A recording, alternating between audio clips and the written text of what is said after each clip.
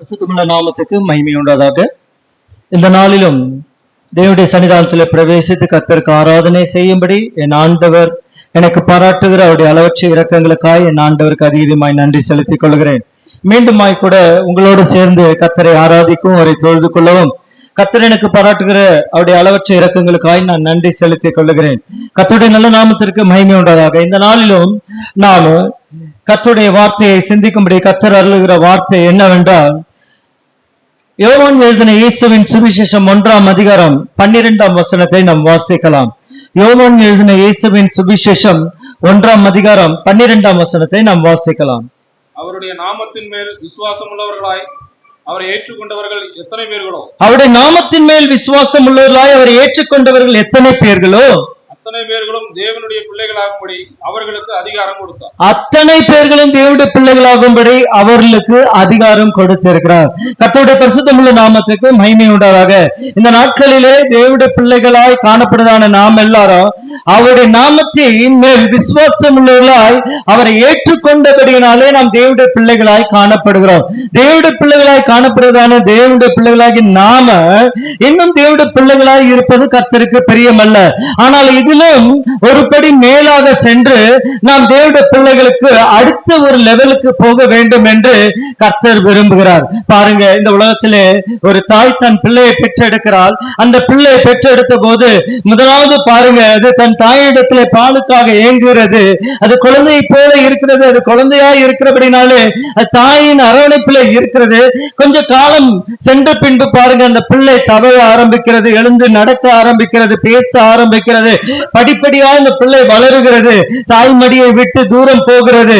இப்பொழுது தாயின் அரவணைப்பில் இல்லை, அது போய் விளையாட போகிறது. இப்பொழுது பாருங்க, தாய் அந்த பிள்ளைய கூப்பிடுகிறாள், இங்க வந்துவிடு வந்துவிடு. அப்படி போல அந்த பிள்ளையுடைய வளர்ச்சி பாருங்க, கொஞ்சம் கொஞ்சமாய் வளர்ந்து தானே எல்லாவற்றையும் செய்து கொள்ள. ஆனால் ஆரம்பத்தில் அந்த பிள்ளைக்கு பாருங்க, இவங்களே எல்லாவற்றையும் அந்த பிள்ளைக்கு செய்வார்கள். அந்த பிள்ளைக்கு குளிப்பாட்டி விதமாக அதற்கு ட்ரெஸ் பண்ணி பவுடர் போட்டு எல்லாம் செய்து அந்த பிள்ளையுடைய காரியங்கள் எல்லாவற்றையும் தாய் கவனிக்கிறாள். ஆனால் ஒரு குறிப்பிட்ட காலம் வந்த போது பாருங்க, அந்த பிள்ளையே அது எல்லாவற்றையும் செய்கிறதா இருக்கிறது.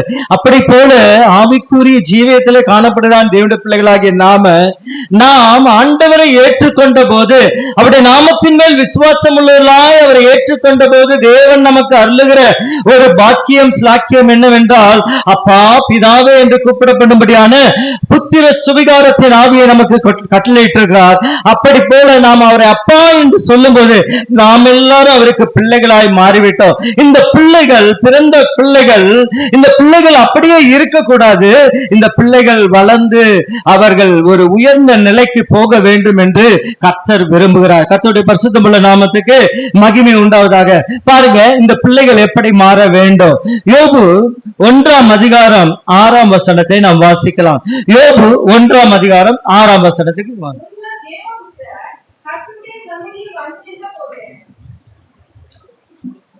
ஒரு நாள் தேவபுத்திரர் கர்த்தருடைய சந்நிதியில் வந்து நின்ற போது, யார் வந்தாங்க? யார் வந்து நின்றாங்க? தேவபுத்திரர். அப்ப பாருங்க, நாம முதல்ல வாசித்தோம் பிள்ளைகள். இந்த பிள்ளைகள் எப்படி மாற வேண்டும் என்றால் புத்திரராய் மாற வேண்டும். ஹல்லேலூயா. பிள்ளைகள் பிள்ளைகளாகவே இருக்கக்கூடாது, பிள்ளைகள் புத்திரராய் மாற வேண்டும்.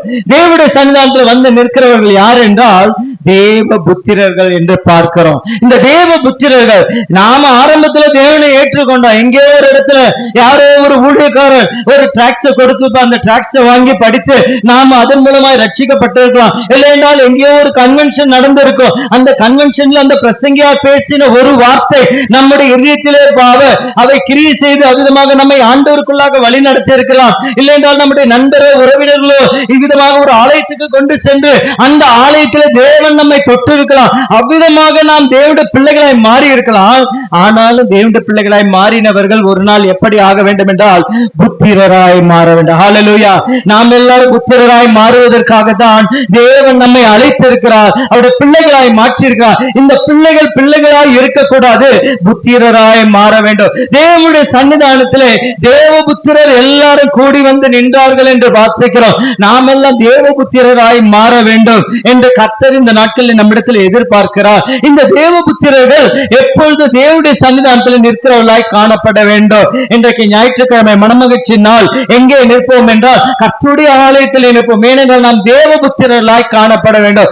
தேவபுத்திரர்களாய் காணப்படுவர்கள் கர்த்தருடைய ஆலயத்தில் இருப்பார்கள். இல்லை என்றால் அதுல எங்கே போவார்கள் என்றால், எங்க மாமா பங்கனுக்கு கூப்பிட்டிருக்காரு, நாங்க போயிட்டு வந்துடுறோம், எங்க பக்கத்து வீட்டுல ஏதோ ஒரு பங்கன், அதற்காக போகிறோம் என்று சொல்லி இன்னும் பாருங்க ஒரு சில ஸ்கூல் விஷயமாக ஓடுகிறார்கள். ஆனால் ஆராதனையை குறித்து ஒருவருக்கு கவலை. இன்னும் அவர்கள் சிறு பிள்ளைகளாக காணப்படுகிறார்கள். கர்த்தருடைய பரிசுத்தமுள்ள நாமத்துக்கு இன்னும் சிறு பிள்ளைகளாய் நாம் காணப்படுவோம் என்றால் நம்மை விட பரிதபிக்கப்பட்டவர்கள் வேறொருவரும் இல்லை.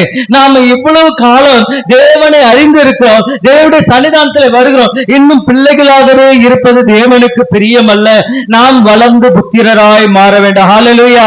பாருங்க, நாம வளர்ந்து புத்திரராய் மாறும்போதுதான் நமக்கு என்ன செய்து வைப்பாங்க? வளர்ந்து புத்திரராய் மாறின பிறகு என்ன பண்ணி வைக்கிறாங்க? கல்யாணம் பண்ணி வைக்கிறாங்க இல்லையா? இப்போ பாருங்க, நமக்கு கூட ஒரு கல்யாணம் இருக்கு இல்லையா? மணவாட்டி தன்னை ஆயத்தப்படுத்தினால் நாம் எல்லாரும் வளர்ந்து புத்திரராய் மாறும்போதுதான் அந்த மணவாளனை சந்திக்க முடியுமே தவிர, இன்னும் பிள்ளைகளாய் இருந்தால் நிச்சயம் நாம் மணவாளனை சந்திக்க முடியாது. ஹல்லேலூயா. அப்ப மணவாளனை சந்திக்க நாம் எல்லாரும் புத்திரராய் மாற வேண்டும். இப்ப புத்திரராய் மாறுகிறவர்களுக்கு என்ன அடையாளம் இருக்கோ பாருங்க. இந்த தேவ புத்திரராய் மாறினவர்கள் முதலாவது தேவனுடைய சன்னிதானத்திலே கூடி வருகிறவர்களாய் இருக்கார். தேவ புத்திரர் தேவ சன்னிதானத்தில் வந்து நிற்கிறவர்களாய் காணப்படுகிறார்கள். அடுத்து பாருங்க, தேவ புத்திரரை குறித்து சொல்லப்படும் போது யோபு 38 அதிகாரம் 7 வசனத்தை நாம் வாசிக்கலாம். யோபு 38 அதிகாரம் 7 வசனம்.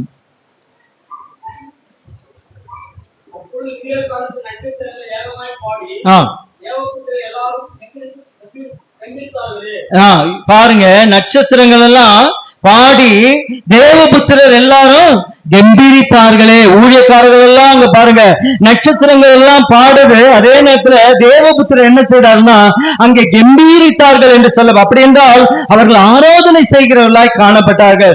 நீங்களும் நானும் ஆராதனை செய்யும்படி கர்த்தர் நம்மை தெரிந்து கொண்டிருக்கிறார். ஹல்லேலூயா.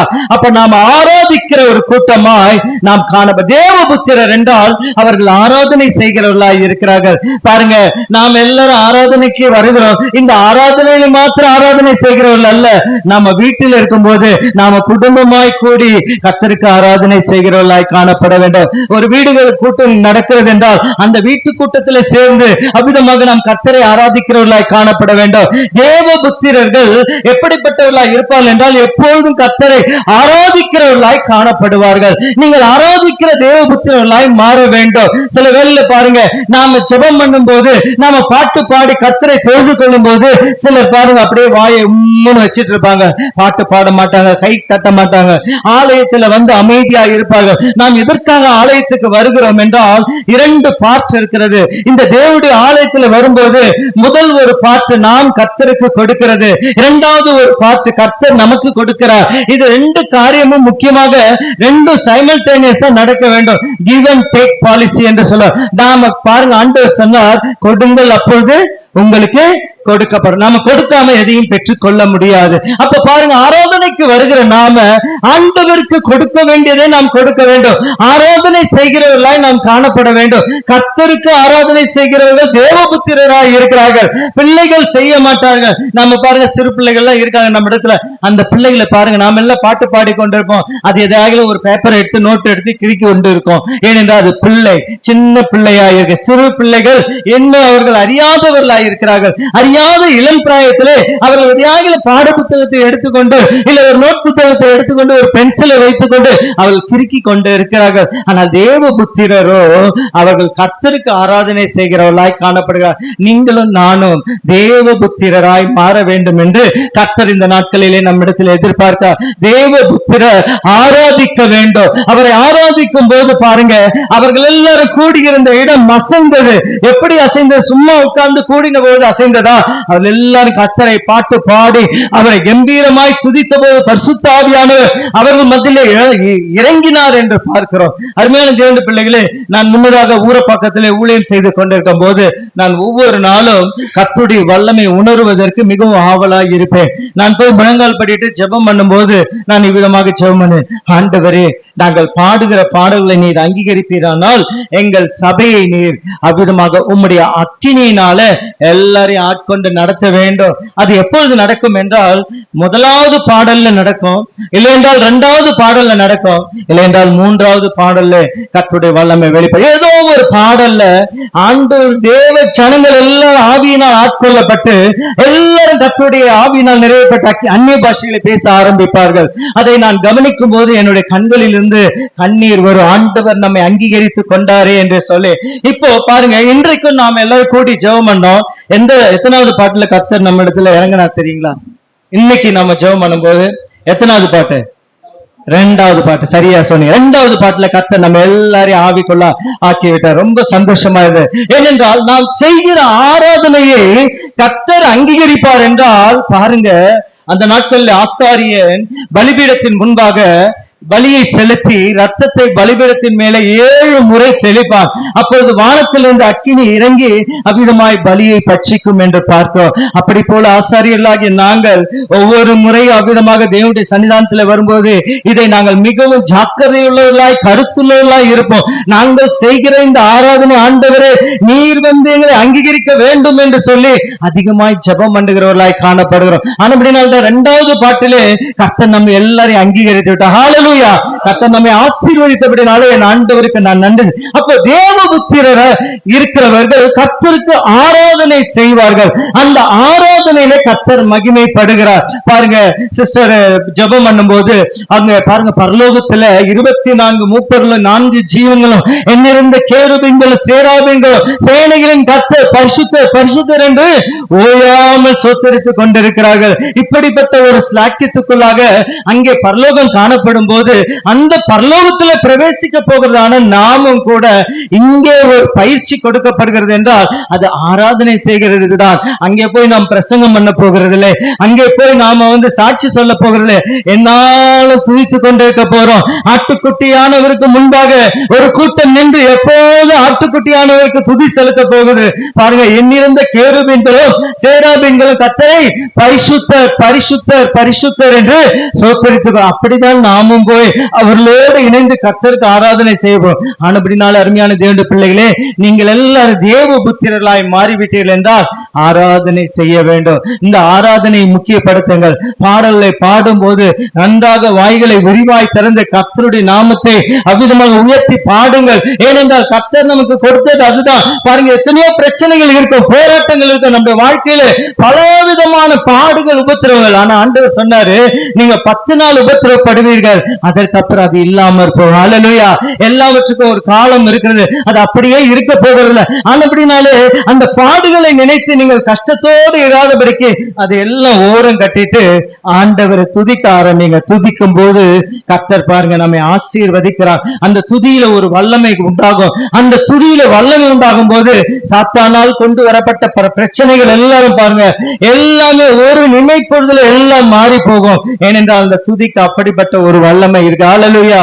பாருங்க, ஆரம்ப நாட்கள்ல ராஜாக்கள் இடத்துல புலவர்கள் எல்லாம் போவாங்களாம். புலவர்லாம் போய் என்ன செய்வாங்கன்னா அந்த ராஜாக்களை பாட்டு பாடி அவ்விதமாக புகழ்ந்து பாடுவார்கள். இந்த புலவர்கள் எல்லாம் பாருங்க என்ன பாடுவாங்க, ராஜாவை பார்த்து நீ நல்லவர் வல்லவர், நீங்க ரொம்ப கொடை வல்லல் என்று சொல்லிதான் பாடுவார்களே தவிர எந்த விதத்துல அவர்களை ஒரு விதமான கஷ்டத்துக்கோ ஒரு நிந்தைக்கோ ஒரு பாடுக்கான உட்படுத்த மாட்டார். ரொம்ப புகழ்ந்து உடனே அரசர்கள் என்ன செய்வார்கள், அந்த பாட்டை கேட்டு அவர்கள் மிகவும் மகிழ்ச்சி அடைந்து பொன்னும் வெள்ளியும் எடுத்து அவளுக்கு பொற்காசுகளை கொடுக்க ஆரம்பிப்பார்கள். பாருங்க, அதே போல பரலோகத்திலே நமக்கு ஒரு ராஜா இருக்கிறார். அந்த ராஜா இடத்துல நாம் ஆசீர்வாதம் பெற வேண்டும் என்றால் நீங்கள் கர்த்தரை பாடி அவரை மகிமைப்படுத்த வேண்டும். முதலாவது நீங்கள் அவருக்கு துதி செலுத்த வேண்டும். அந்த துதியிலே அவர் உடனே என்ன பண்ணுவார் தெரியுங்களா, சிங்காசனத்தை விட்டு எழுந்து நம்மிடத்திலே கடந்து வருவார். பரலோகமே உம்மை துதிப்பதா, கர்த்தாவே அங்கே வாழ்கிறேன், ஆலயத்தில் உம்மை துதிக்கிறோம், கர்த்தாவே எழுந்தருளும் என்று சொல்லி பக்தன் அழகா எழுதி வைத்தார். நாம் ஆலயத்துல துதிக்கும் போது அந்த ஆண்டவர் நம் மத்தியில எழுந்தருளுகிறவராய் இருக்கிறார். கர்த்தருடைய பரிசுத்தமுள்ள நாமத்துக்கு மகிமை. அப்ப தேவ புத்திரர் நீங்க துதிக்கிறவர்களாய் மாற வேண்டும். ஆராதனை செய்கிறவர்கள் யார் என்றால் தேவ புத்திரர். ஆனால் பிள்ளைகள் எப்போதும் துதிக்க மாட்டார்கள். சிறு பிள்ளைகளாய் இருக்கிறவர்கள் துதிக்க மாட்டார்கள். கர்த்தருடைய பரிசுத்தமுள்ள நாமத்துக்கு மகிமை உண்டு. அப்ப ஆராதனை செய்கிறவர்கள் தேவ புத்திரர்களாய் காணப்படுகிறார்கள். அப்ப பாருங்க, நாம எப்ப தேவ புத்திரராய் மாறினோம், எப்படி இந்த ஆண்டவருக்குள்ளாக வந்த தேவனுடைய பிள்ளைகள் தேவ புத்திரராய் மாறுவோம். கலாத்தியர் நிருபம் 3ஆம் அதிகாரம் 26ஆம் வசனத்தை நாம் வாசிக்கலாம். கலாத்தியர் 3:26. நீங்கள் எல்லாரும் கிறிஸ்து இயேசுவை பற்றி விசுவாசத்தினால் தேவனுடைய புத்திரராய் இருக்கிறீர்களே. பாருங்க, நாம் எல்லாம் எப்ப தேவனுடைய புத்திரராய் மாறினோம் என்றால் கிறிஸ்து இயேசுவை பற்றும் விசுவாசத்தினாலே. அந்த விசுவாசம் எப்படிப்பட்டது? அது வெளியேற பெற்றதாய் இருக்கிறது. கிறிஸ்து இயேசுவை பற்றும் விசுவாசத்தினாலே என்று நாம் பார்க்கிறோம். அப்ப கிறிஸ்து இயேசுவை பற்றும் விசுவாசம், விசுவாசம் என்றால் என்ன, விசுவாசம் என்றால் என்ன என்று சொல்லி நாம் பார்க்கும்போது பாருங்க, நாம எல்லாரும் கேட்டா உடனே சொல்லுவோம், காணப்படாதவைகள் ஒரு நம்பப்படாதவைகளும் நிச்சயமா இருக்குது இல்லையா, இப்படி சொல்லிடுவோம். அப்ப பாருங்க, விசுவாசம் ஏதாவது காணாத ஒன்றை நாம நம்புகிறோம் பாருங்க, அதுதான் விசுவாசம். அப்ப ஆண்டவரை யாரும் ஒருவரும் நம்மள யாரும் தரிசித்ததில்லை, ஒருவரும் அவரை பார்த்ததில்லை. அவர் சேரக்கூடாத ஒளியில் வாசம் செய்கிறவர், அவர் உன்னதமானவர், மகா பரிசுத்த தேவன். இந்த அந்நிய கண்கள், இந்த மாம்ச கண்களினாலே அவரை காண முடியாது. இந்த பாவ மனுஷன் அவரை பார்க்க முடியாது. ஆனால் நாம் ஒரு நாள் அவரை பார்ப்போம். அந்த விசுவாசத்தோடு கிறிஸ்துவை பற்றும் அந்த விசுவாசத்திற்குள்ளாய் வந்திருக்கும். கிறிஸ்து ஒருவர் இருக்கிறார், அவர் என்னை மாற்றியிருக்கிறார், என் வாழ்க்கையை மாற்றியிருக்கிறார், என்னை ஆசீர்வதிக்கிறார், என்னை நடத்துகிறார், என்னை போஷிக்கிறார், என்னை ஆதரிக்கிறார் என்று சொல்லி நாம் அவருடைய செயல்களை எல்லாம் அறிந்திருக்கிறோம். அவரை நாம் பார்க்கவில்லை, ஆனாலும் ஒரு உணர்வு நம்மிடத்தில் இருக்கிறது. கர்த்தருடைய ஆவியானவர் நம்மை தொடுகிறார், நம்மை நடத்துகிறார், சில வேளையில தரிசனங்கள் கொடுக்கிறார், சிலருக்கு சொப்பனங்களை கொடுக்கிறார். இப்படி பற்பல விதத்தில் தேவ ஜனங்களோடு கர்த்தர் இடைப்பட்டு கொண்டிருக்கிறார். ஆனால் ஒருவரும் நேராக ஒரு ஆண்டவரை தரிசித்ததில்லை. அப்ப பாருங்க, எப்பேற்பட்ட மோசே பரிசுத்தவான், அவரும் ஆண்டவரை பார்க்க வேண்டும் என்று ஆசைத்த போது அவர் சொன்னார், நீ என்னை முகமுகமாய் பார்க்க முடியாது, ஆனாலும் நீ என்னை பார்க்க வேண்டும் என்றால் நீ ஒன்று செய், அங்கே இரு கண்மலையின் மேலே நான் இவ்விதமாக நான் கடந்து போவேன், அப்போது என் பின்புறத்தை தான் நீ பார்ப்பாய் என்று சொல்லி அவருக்கு சொன்னார். ஆனா ஆண்டவர் ஒரு இடத்துல சொன்னார், நானோ என் தாசனாகிய மோசேயோடு முகமுகமாய் பேசினேன். கர்த்தர் பேசினார் முகமுகமாய், ஆனால் மோசேக்கு வெளிப்பட்டாரா என்றால் பார்த்தால் அவர் பார்க்கவில்லை. ஆண்டவர் அவர் முகத்தை பார்த்து பேசி இருக்கிறார். அருமையான தேவனுடைய பிள்ளைகளே, அப்ப எப்பேற்பட்ட தெய்வம், அப்படிப்பட்டவரை நாம் விசுவாசிக்கிறோம். அந்த விசுவாசத்தினாலே தேவபுத்திரராய் மாறி இருக்கோம். எத்தனை பேர், ஒரு சிலர் எல்லாம் பாருங்க, கொஞ்ச காலம் ஆண்டவர்கிட்ட வந்து நன்றா இருப்பார்கள், நன்றா விசுவாசமா இருக்கார், விசுவாசம் உள்ள வார்த்தைகளை பேசுவார்கள். ஆனால் சில காலம் கழித்து அவளுக்கு பல பிரச்சனைகள் உண்டாகும், போராட்டங்கள் உண்டாகும், நெருக்கங்கள் உண்டாகும். இதெல்லாம் பார்த்த உடனே, என்ன சிஸ்டர், என்ன பிரதர், நான் எவ்வளவோ பாடுபடுகிறேன், எத்தனை விதத்துல ஜெபம் பண்றேன், ஒரு வாரம் தவறாம சர்ச்சுக்கு போகிறேன், ஆனாலும் என்னுடைய வாழ்க்கையில மாற்றம் இல்லையே என்று சொல்லி கொஞ்சம் விசுவாசத்திலே பின்தங்கி போய்விடுகிறவர்களா இருக்கிறார்கள். இன்றைக்கு அநேகர் பாருங்க, ஆண்டவரை விட்டு விலகுகிற காரியம் முதலாவது இந்த விசுவாச துரோகம் முந்தி நேரிடுகிறதா இருக்கிறது. இந்த விசுவாசத்துக்கு ஒரு விசை ஒப்புவிக்கப்பட்டதான இந்த நல்ல காரியத்துல விசுவாசித்து வந்த தேவனுடைய பிள்ளைகள் அநேகர் பாருங்க, பாடுகளும் நெருக்கங்களும் உபத்திரங்களும் தங்களுக்கு உண்டாகும் போது ஒரே பிரச்சனை, அவ்விதமாக என்ன செய்கிறார், ஐயோ இதற்கு மேலே நான் இதுல நிலை நிற்க முடியாது, நான் போகிறேன் என்று சொல்லி ஆலயத்தை விட்டு விடுகிறார்கள். ஊழியக்காரர்களுடைய ஐக்கியத்தை விட்டு விடுகிறார்கள். பாருங்க, அப்ப ஊழியக்காரர் போன் பண்ண கூட போன் எடுக்க மாட்டாங்க. அப்படி போல தேவனை விட்டு தூரம் போகிற அநேக பிள்ளைகளை நான் பார்க்க முடிகிறது. அருமையான தேவனுடைய பிள்ளைகளே, இது கடைசி காலமாய் இருக்கிறது. நீங்களும் நானும் தேவனுடைய பிள்ளைகளாய் மாத்திரமல்ல, தேவனுடைய புத்திரராய் இருக்க வேண்டும் என்றால் அவருடைய விசுவாசத்திலே, கிறிஸ்துவின் விசுவாசத்திலே நம்ம பூர்ணப்பட வேண்டியதாய் இருக்கிறது. அந்த விசுவாசம் எப்படி என்றால், அதே கலாத்தியர்ல நீங்க வீட்டுல போய் வாசிங்க. இந்த கலாத்தியர்ல எடுத்து நீங்க வாசிச்சீங்கன்னா 4ஆம் அதிகாரத்தை நீங்க வீட்டுல போய் வாசிங்க. அதுல பார்த்தீங்கன்னா அடிமை குறித்து அதிகமாய் பேசப்பட்டிருக்கும். இந்த அடிமையானவனும் சுயாதீனம் உள்ளவனையும் குறித்து கர்த்தர் திட்டவட்டமாய் வெளிப்படுத்தி வைப்பார். அதுல பாருங்க, அதுல அடிக்கடி உபயோகப்படுத்துற ஒரு வார்த்தை என்னவென்றால் சிறு பிள்ளைகளே என்று சொல்லப்பட்டிருக்கும். ஏன் சிறு பிள்ளைகள் என்று சொல்லப்பட்டிருக்கிறது என்றால் 19ஆம் வசனத்தை மாத்திரம் வாசிங்க. 4ஆம் அதிகாரம் 19ஆம் வசனம். என் சிறு பிள்ளைகளே, என் சிறு பிள்ளைகளே, கிறிஸ்து உங்களிடத்தில் உருவாகும் அளவும் கிறிஸ்து உங்களுக்காக மறுபடியும் கர்ப்ப வேதனைப்படுகிறேன் என்று அப்போஸ்தலனாகிய பவுல் எழுதுகிறார். அருமையான தேவனுடைய பிள்ளைகளே, கிறிஸ்து உங்களிடத்தில் உருவாகும் அளவும் என்று சொன்னால், கொஞ்ச நேரத்துக்கு முன்னாடி வாசித்த அந்த வசனத்துல 3:26 வாசிக்கும் போது இயேசுவை பற்றும் விசுவாசம், அந்த விசுவாசம் என்ன செய்யும் என்றால், இந்த கிறிஸ்து ஒவ்வொரு உள்ளங்களிலும் உருவாகுவதற்கு அந்த விசுவாசம் ஏதுவாய் இருக்கிறது. அதைத்தான் அப்போஸ்தலனாகிய பவுல் சொல்லுகிறார், சிறு பிள்ளைகளே, உங்களிடத்தில் கிறிஸ்து உருவாகும் அளவும் உங்களுக்காக நான் கர்ப்ப வேதனை படுகிறேன் என்று சொல்லுகிறார். அப்படி என்றால் சிறு பிள்ளைகளாய் காணப்படுகிற இடத்திலே இன்னும் யார் உருவாகவில்லை என்றால் கிறிஸ்து உருவாகவில்லை. எங்கே ஒரு சிறு பிள்ளைகளிடத்தில் கிறிஸ்து உருவாகி விட்டாரோ அவர்கள் எல்லாரும் தேவனுடைய புத்திரராய் மாறிவிடுகிறார்கள். அப்படினால்தான் பவுல் சொல்லுகிறார், சிறு பிள்ளைகளே என்று சொல்லி அழைக்கிறார். அவளை சொல்லும் போது புத்திரரே என்று அழைக்காதபடிக்கு சிறு பிள்ளைகளே என்று அழைக்கிறார். நாம சிறு பிள்ளைகளா புத்திரரா? நமக்குள்ளாக கிறிஸ்து உருவாகி இருக்கிறாரா இல்லையா? நீங்க ஒரு விஷயம் நீங்க யோசித்து பாருங்க, உங்களை நீங்களே நிதானித்து பாருங்க. ஆண்டவர் என்னுக்குள்ளாக உருவாகி இருக்கிறாரா? நம்மை காண்கிறவர்கள் நம்முடைய கிறிஸ்துவை பார்க்கிறார்களா? நம்முடைய முகத்திலே அவருடைய பிரதிபலிப்பை பார்க்கிறார்களா என்று சொல்லி நாம் கொஞ்சம் யோசிக்க வேண்டும். பாருங்க, அப்போ நம்ம ஆண்டவர் சொல்லும் போது நம்மை பார்த்து இதோ என் கண்மணியே என்று சொல்லுகிறார். நம்மை பார்த்து ஆண்டவர் சொன்னார், நீங்கள் எல்லாரும் என் கண்மணிகள் என்று சொல்கிறார். உன்னை தொடுவன் என் கண்மணியை தொடுகிறான் என்று சொன்ன கர்த்தர் கண்மணி என்று ஏன் சொன்னார்? கண்மணி சொல்வதற்கு என்ன அர்த்தம் என்று பார்த்தீர்கள் என்றால், இந்த கண்மணியிலே பாருங்க, அந்த கண்ணுக்கு முன்னாடி ஒருவர் வந்து நின்று அந்த கண் விழிகளிலே அவருடைய பிம்பம் அதிலே தெரிகிறதா இருக்கிறது. அப்படி போல ஆண்டவருடைய கண்மணிகளாய் இருக்கிற நம்முடைய கண்களிலே யாரை பிரதிபலிக்க வேண்டும் என்றால் நம்முடைய ஆண்டவராகிய இயேசு கிறிஸ்துவை பிரதிபலிக்கிறவர்களாய் நாம் மாற வேண்டும். கிறிஸ்து நம்மில் உருவாக வேண்டும். அவர்கள் தான் தேவனுடைய புத்திரர்கள். எவருக்குள்ளாக கிறிஸ்து உருவாகி விட்டாரோ அவர்கள் எல்லாம் தேவனுடைய புத்திரராய் மாறிவிட்டார்கள். அவர்கள் வளர்ந்த நிலைக்கு வந்து விட்டார்கள். ஆனால் கிறிஸ்து உருவாக முன்னே அவர்கள் எப்படிப்பட்டவர்களாய் இருக்கிறார்கள் என்றால், ஒரு இடத்துல கிறிஸ்து உருவாகவில்லை என்றால் பாருங்க, யாராவது ஒரு சின்ன வார்த்தை சொல்லிட்டு உடனே கோச்சிக்கிட்டு போயிடுறாங்க.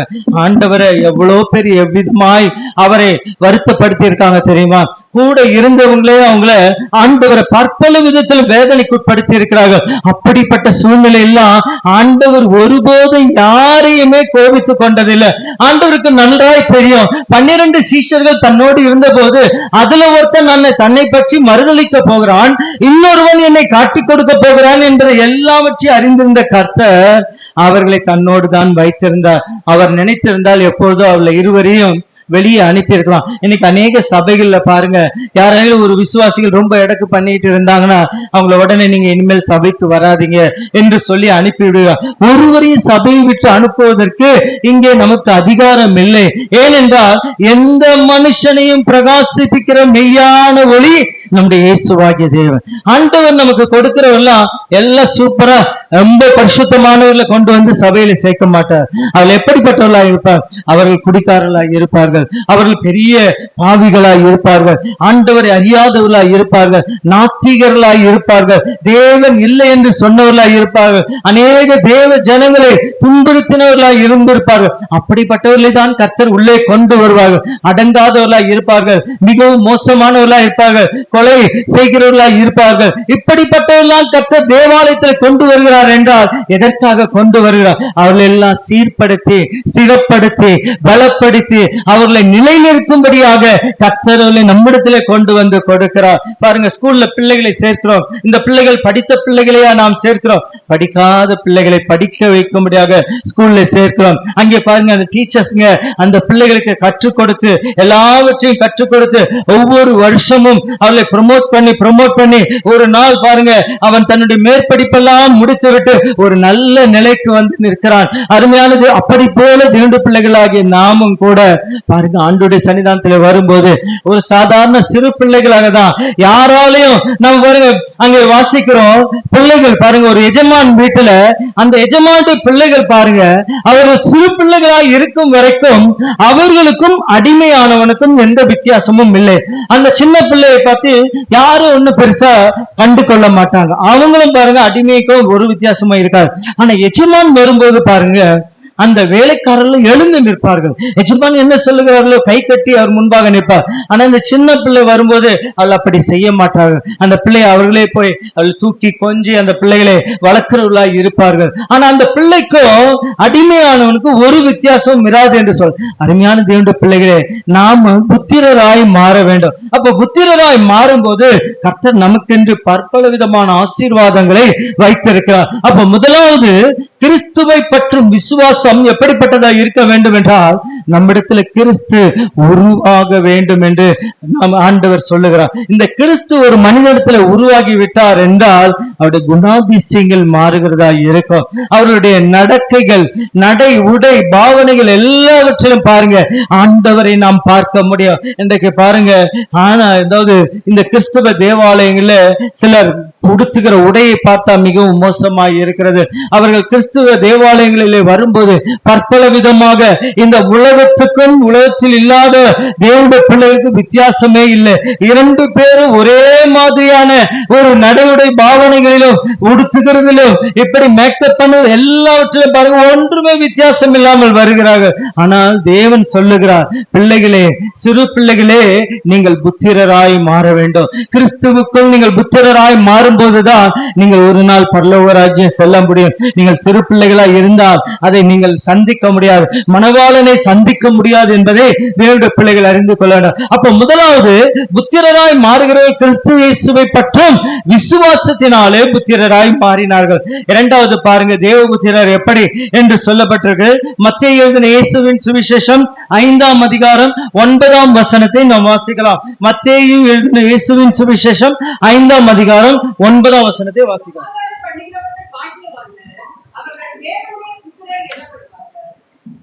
பாருங்க, சமாதானம் பண்ணுகிறவர்கள் பாக்கியவான்கள், அவர்கள் தேவனுடைய புத்திரர் எண்ணப்படுவார்கள்.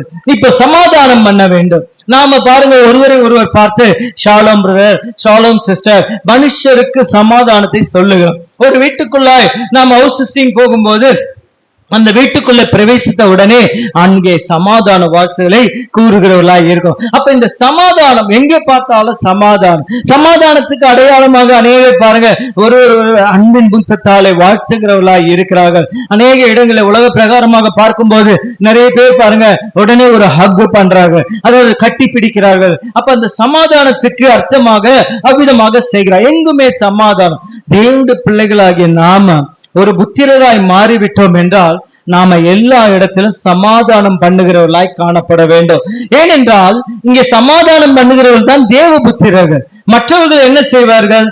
சிஸ்டர், உங்களுக்கு ஒரு விஷயம் தெரியுமா, உங்களை பத்தி அவர் எப்படி சொன்னாரு, எனக்கு ஆச்சரியமாச்சு என்று சொல்லி இன்னொருத்தரத்துல போய் இங்கே ஒரு சகோதரியை பற்றி சொல்லு. உடனே இந்த அம்மாவுக்கு பிபி அதிகமாகி உடனே ஒரு போன் போட்டு, உங்களுக்கு எப்படி சிஸ்டர் நீங்க என்ன பத்தி இப்படி பேசலாம் என்று சொல்லி அவர் இப்படி சமாதான கேடுகளை உருவாக்குகிறவர்கள் அநேகர் உண்டு. பாருங்க, அப்படிப்பட்ட கிரியைகள் நம்மிடத்திலே காணப்படாதபடிக்கு நாம் மிகவும் ஜாக்கிரதை உள்ளவர்களாக இருக்க வேண்டும். இன்னைக்கு நிறைய பேரிடத்துல சமாதான கேடு உண்டாகிறதுக்கு காரணம் என்னவென்றால், பாருங்க, ஏதாவது ஒரு பிரச்சனை வந்து விட்டால் அதை சமாதானப்படுத்தி அந்த பிரச்சனைக்கு ஒரு தீர்வு காணுகிற மக்களை நாம் பார்க்கவே முடியறதில்லை. இன்றைக்கு பாருங்க, ஒரு ரோட்ல ஒரு பிரச்சனை, 2 பேர் அடித்துக் கொள்ளுகிறான், ஏதோ ஒரு பிரச்சனை என்றால் இன்றைக்குள்ள மனிதர்கள் எப்படிப்பட்டவர்களா இருக்கிறார்கள் என்றால் உடனே போய் சமாதானம் பண்ணுகிறார்கள் என்றால் இல்லை, கிட்ட போகிறத பார்த்து அவர் 2 பேரை விலக்கி விடுவார்கள் என்று நாம் நினைப்போம். ஆனால் உடனே பாருங்க, அவங்க பாக்கெட்ல இருந்து மொபைல் எடுத்த வீடியோ ஆன் பண்ணி கிட்ட எடுக்கிறவர்களா இருக்கார். சமாதானம் பண்ணுகிறவர்கள் இல்லாமல் போய்விட்டார்கள். எங்கு பார்த்தாலும் பாருங்க, அதை வேடிக்கை பார்க்கிற மக்களை தான் இருக்கிறார்களே தவிர ஏதோ ஒரு பிரச்சனை அதற்கு ஒரு தீர்வு காணுவோம் என்றால் அந்த ஒரு காரியம் எங்குமே இல்லை. ஆனால் தேவனுடைய பிள்ளைகளாகிய நம்மிடத்திலே சமாதானம் காணப்பட வேண்டும், சமாதானம் இருக்க வேண்டும். அதே நேரத்திலே சமாதானம் பண்ணுகிறவர்களாய் காணப்பட வேண்டும். ஒருவேளை ஒருவர் இதுவரைக்கும் நம்மிடத்திலே சமாதானம் இல்லாமல் ஏதோ ஒரு விதத்திலே நம்மை விட்டு பிரிந்து போயிருக்கலாம், நாம் இதுவரைக்கும் பேசாமல் இருந்திருக்கலாம், நம்முடைய உறவுகளிலோ இல்லை என்றால் நம்முடைய இனஜன பந்துக்கள் யாராவது ஒரு இடத்துல நாம் பேசாமல் இருந்திருக்கலாம். இன்றைக்கு கர்த்தர் சொல்லுகிறார், நீங்கள் தேவ புத்திரராய் மாற வேண்டும் என்றால் சமாதானம் பண்ணுகிறவர்களாய் காணப்பட வேண்டும். அவ்விடத்திலே போய் ஒப்புரவாகுங்கள். இன்றைக்கே நீங்க ஈவினிங் போய் ஒரு போனை போட்டு பேசுங்க, எப்படி இருக்கீங்க, நல்லா இருக்கீங்களா என்று சொல்லி அவளோடு ஒரு சமாதான உடன்படிக்கை செய்யுங்க. ஏனென்றால் சமாதானம் பண்ணுகிறவர்கள் தேவபுத்திரர் என்று சொல்லப்படுகிறார்கள். ஏனென்றால் தேவபுத்திரராய் மாற வேண்டியது அவசியமாயிருக்கு. நாம் ஆரம்பத்துல சிறு பிள்ளைகளாய் இருந்தோம், ஆனா இப்ப தேவபுத்திரராய் மாற வேண்டுமே. அப்படி தேவபுத்திரராய் மாற வேண்டும் என்றால் அவிடத்திலே காணப்பட வேண்டிய உயர்ந்த குணாதிசயம் என்னவென்றால் சமாதானம் பண்ணுகிறவர்களாய் நாம் காணப்பட வேண்டும். இந்த சமாதானம் பாருங்க, ஆவியின் கனிகள்ல கூட அது இருக்குது. பாருங்க, ஆண்டவர் சொன்னார், 10ல் 1 பாகத்தை நீ எனக்கு கொடுத்து விடு என்று சொன்னார். தசம பாகத்தை பொருட்களில் பொருளாதாரத்திலே நீங்கள் எனக்கு கொண்டு வந்து கொடுங்கள், ஆனால் மற்ற 9 நீங்களே வைத்துக் கொள்ளுங்கள் என்று கர்த்தர் சொன்னார். அந்த 9 என்ன? அந்த ஆவியின் கனிகள். அதையும் என்கிட்ட கொடுத்துடாதீங்க, அது உங்ககிட்ட தான் இருக்கணும். இந்த ஆவியின் கனிகள் உங்களிடத்துல இருந்து கிரியை செய்யணும். அதுல வந்து சமாதானம், அன்பு, சந்தோஷம், சமாதானம் என்று சொல்லப்பட்டிருக்கு. ஆவியின் கனிகளில் ஒன்றான அந்த சமாதானத்தை உங்களிடத்துல வைத்துக் கொள்ளுங்க. நீங்க சமாதானமாய் இருங்கள், யாவரோடு சமாதானமாய் இருங்க, கூடுமானவரை யாவரோடும் சமாதானமாய் இருங்கள் என்று சொல்லி அவ்விதமாக சொல்ல, கூடுமானால் யாவரோடும். அப்போ கூடுமானால் நாம் யாவரோடு சமாதானமாய் இருக்க வேண்டும் என்று இந்த ரோமருக்கு எழுதின நிருபத்திலே அவ்விதமாக பவுல் எழுதியிருக்கார். அப்ப நம்மளால முடிந்த வரைக்கும் யாவரோடும் சமாதானமாய் இருக்க வேண்டும். அந்த சமாதானம் பாருங்க, அது நமக்கு வந்து அநேகரை தேவனுக்கு உட்படுத்துவதற்கு அது ஏதுவாக இருக்கும். சிலர்லாம் பாருங்க, தன்னுடைய சொந்த மாமாவிடத்துல, சொந்த அக்காவிடத்துல, நம்ம சொந்த உறவினரிடத்துல பாருங்க பேசாம இருப்போம். அவங்க பேசாம இருக்கிறதுனால அவங்க என்ன நினைப்பா, என்ன இவங்க பைபிள் தூக்கிட்டு போறாங்க, பேசுறதே இல்ல, இவங்க எல்லாம் என்ன ஏசப்பாவை பத்தி கற்றுக்கொண்டாங்க பாருங்க. இது இந்த நாட்கள் லெண்டேஸ் என்று சொல்லுகிறாங்க. அப்ப துக்க நாட்கள் அனுசரித்துக் கொண்டிருக்க அநேகர் ஆண்டோட பாடுகளை தியானித்துக் கொண்டிருக்காங்க. ஆர்சி சர்ச் எல்லாம் பாத்தீங்கன்னா தினமும் போயிட்டு இருப்பாங்க மாஸ் என்று சொல்லி. அவள் என்ன செய்கிறார்கள்? ஆண்டுடைய பாடுகளை தியானித்துக் கொண்டிருக்கிறார்கள். அந்த கல்வாரி சிலுவையில ஆண்டவர் தொங்கின போது பாருங்க, அவர் எதற்காக அவர் அந்த கல்வாரி சிலுவையில அவர் தொங்கினார் என்றால் உங்களுக்கு சமாதானத்தை உண்டு பண்ணும் ஆக்கினை அவர் மேல் வந்தது.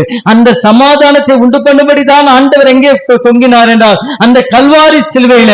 இந்த நாட்கள் நமக்கு ஒரு லெண்டேஸா இருந்தாலும் அதுல பாருங்க, நாம சமாதானம் பண்ணுகிறவர்களாய் காணப்பட வேண்டும். ஒருவருக்கு ஒருவர் சமாதானமுள்ளவர்களாய் மாற வேண்டும். ஒருவேளை யாரிடத்தில் நாம் பகையாய் இருப்போம் என்றால், பேசாமல் இருப்போம் என்றால், இந்த நாட்களில் நீங்கள் ஒருவருக்கு ஒருவர் பேசிக் கொள்ளுங்கள், ஒருவரோடு ஒருவர் ஒப்புரவாகுங்கள். ஆண்டவர் அதற்காக தானே அந்த கல்வாரி சிலுவையிலே தொங்கினார். அந்த கல்வாரி சிலுவையிலே கத்தற்பட்ட பாடுகள் வீணாய் போய்விடாதபடிக்கு நீங்கள் ஒருவரோடு ஒருவர் அவ்விதமாக ஒருவருக்கு ஒருவர் மன்னியுங்கள், ஒருவரோடு ஒருவர் சமாதானமாய் இருங்கள் என்று கர்த்தர் இந்த நாளில் நம்மிடத்தில் பேசிக் கொண்டிருக்கிறார். அருமையான தேவனுடைய பிள்ளைகளே, நாம் தேவ புத்திரராய் மாற வேண்டும். தேவனுடைய உன்னதமான நோக்கம் அதுதான். நாம் தேவ புத்திரராய் மாற வேண்டும். தேவ புத்திரராய் மாறிவிட்டால் அப்பொழுது நம்முடைய காரியங்கள் எல்லாம் வித்தியாசமாக இருக்கும். இதுவரைக்கும் பாருங்க, எங்கே நீங்க தலை குனிந்து இருந்தீர்களோ அந்த இடத்துல கர்த்தர் உங்களை தலை நிமிர செய்கிறவராய் காணப்படுவார். ஏனென்றால் நீங்கள் தேவ புத்திரராய் மாறிவிட்டீர்கள். அநேகரை சமாதானம் பண்ணுகிறவர்களாய் நீங்கள் மாறிவிட்டீர்கள் என்றால் நீங்கள் எவ்வளவு பெரிய ஆட்கள் பாருங்க. இங்க ஒரு ஊர்ல பாருங்க, ஏதாவது ஒரு பிரச்சனை யாரிடத்துல போவாங்கன்னா நாட்டாமிடத்துல போவாங்க. இந்த நாட்டாமை பார்த்தா ஊரே வணங்கும். காரணம் என்னவென்றால் அவர் தான் பஞ்சாயத்து எல்லாம் பார்ப்பார். ஆனா அந்த நாட்டாமையை காட்டிலும் தேவன் தம்முடைய பிள்ளைகளை உயர்ந்த இடத்துல வைக்கிறார். அவர்கள் என்ன சொல்லுகிறார்? சமாதானம் பண்ணுகிறவர்கள் பாக்கியவான்கள், அவர்கள் தேவபுத்திரர் என்று சொல்லப்படுகிறார்கள். இந்த தேவபுத்திரராய் மாறும்போது பாருங்க, உங்களுக்கு வீட்டில, வெளியில, சமுதாயத்துல, ஆபீஸ், வேலை ஸ்தலத்துல, எல்லா இடங்களிலும் கர்த்தர் உங்களை உயர்த்தி வைக்க அவர் உன்னதராய் இருக்கிறார். ஹல்லேலூயா. ஆனபடினால நீங்கள் சமாதானம் பண்ணுகிறவர்களாய் மாறுங்கள். அப்போது நீங்கள் தேவபுத்திரர் என்று அழைக்கப்படுவீர்கள். கர்த்தருடைய பரிசுத்தமுள்ள நாமத்துக்கு மகிமை. அப்ப முதலாவது பார்த்தோம், எவர் ஒருவர் இயேசுவை பற்றும் விசுவாசத்திற்குள்ளாய் வருகிறார்களோ அவர்கள் தேவனுடைய புத்திரர். அதாவது கிறிஸ்து அவரிடத்தில் உருவாகி இருப்பாரானால் அவர்கள் தேவனுடைய புத்திரர் என்று அழைக்கப்படுகிறார். இரண்டாவது நாம் பார்த்தோம், சமாதானம் பண்ணுகிறவர்கள் தேவ புத்திரர் என்று பார்த்தோம். மூன்றாவது ஒரு காரியத்தை நாம் பார்க்கலாம். ரோமர் 8ஆம் அதிகாரம் 14ஆம் வசனத்தை வாசிக்கலாம். ரோமர் எழுதின நிருபம் 8ஆம் அதிகாரம் 14ஆம் வசனத்தை நாம் வாசிக்கலாம்.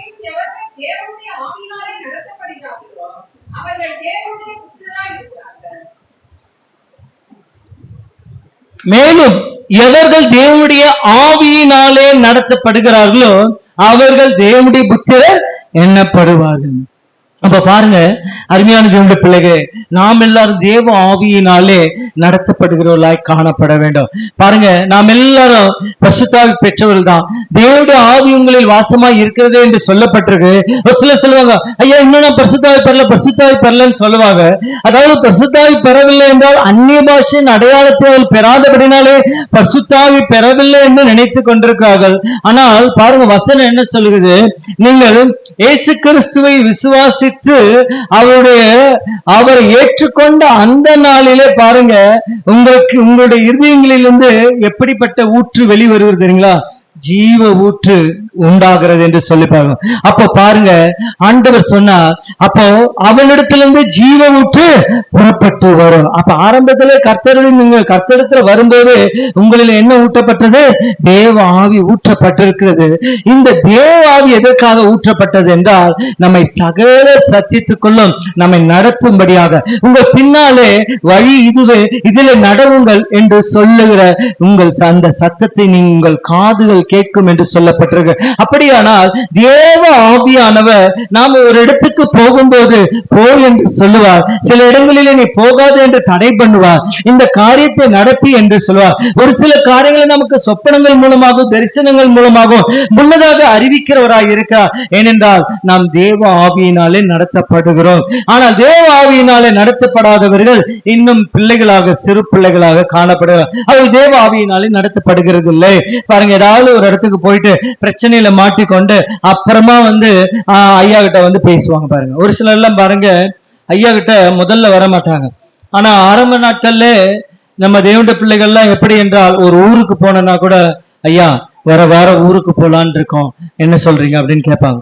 ஐயா ஓகேன்னு சொன்னாதான் அவங்க போய் டிக்கெட்டே புக் பண்ணுவாங்க. ஆனா இப்போ உள்ள பிள்ளைகள்லாம் கொஞ்சம் அட்வான்ஸ் ஆயிட்டாங்க. எல்லாம் டிக்கெட் எல்லாம் புக் பண்ணிடுவாங்க, பேக் எல்லாம் பண்ணிடுவாங்க.